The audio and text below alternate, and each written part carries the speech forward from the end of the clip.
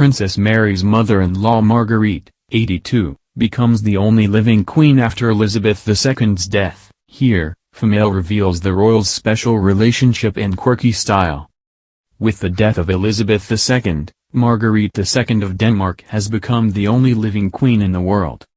The 82-year-old mother-in-law of Australian-born Princess Mary is also now the second longest reigning monarch in the world, second only to Hassan al-Bolkiah, the Sultan of Brunei. And the persona of the fun-loving queen is a far cry from the stiff upper lip that's often associated with monarchy. She is regularly pictured eating, smoking, and in bold, vibrant outfits, with Vogue declaring her an unsung style heroine.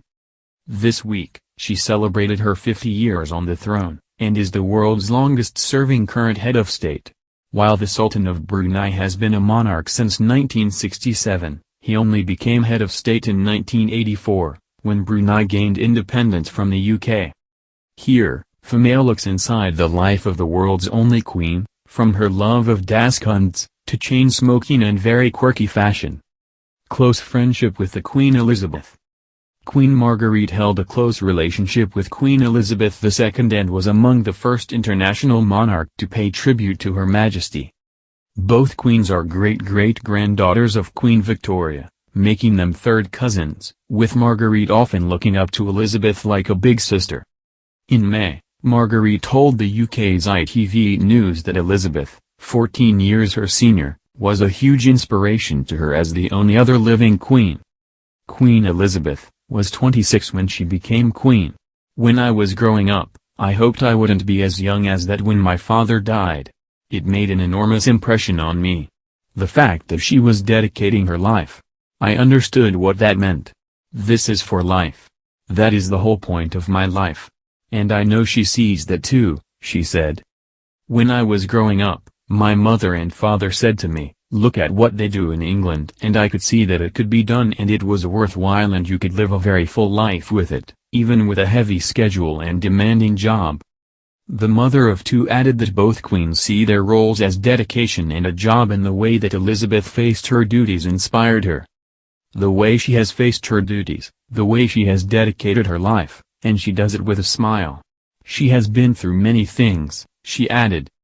When you get to my age, you don't have the emptiness, what am I going to do tomorrow? I know jolly well what I am going to do tomorrow, and the next day, and the following year.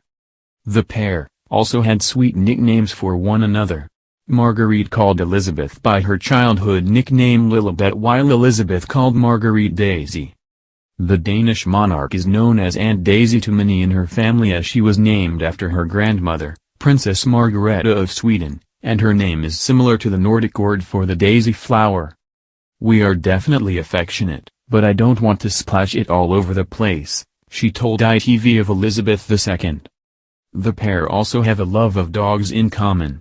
While Elizabeth will forever be associated with corgis, Margrethe is known in Denmark for her love of dogs. While Elizabeth got her first corgi as a child, it was Margrethe's late husband Prince Henrik who introduced her to dachshunds. Margrethe was also among the first royals to pay tribute to the Queen upon her death last week. In a statement, she wished the new King Charles and Queen Consort Camilla her deepest thoughts and prayers after Elizabeth II passed away peacefully at Balmoral. Speaking on behalf of the Danish family, she was deeply moved by the sad news of her beloved mother's death. I send you and Camilla my warmest thoughts and prayers, she said. She was a towering figure among the European monarchs and a great inspiration to us all. We shall miss her terribly. Her 70 years of reign and service to the people of the United Kingdom, the realms and the Commonwealth are an unprecedented and remarkable achievement.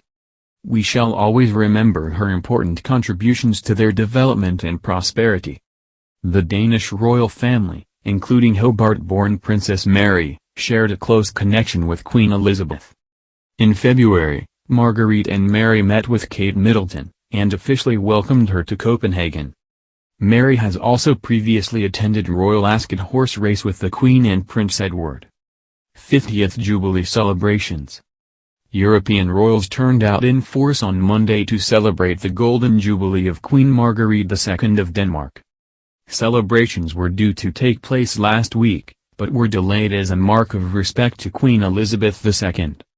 A gala was held in Copenhagen to mark her 50 years on the throne, as she now becomes the world's longest-serving female sovereign following the death of the British monarch.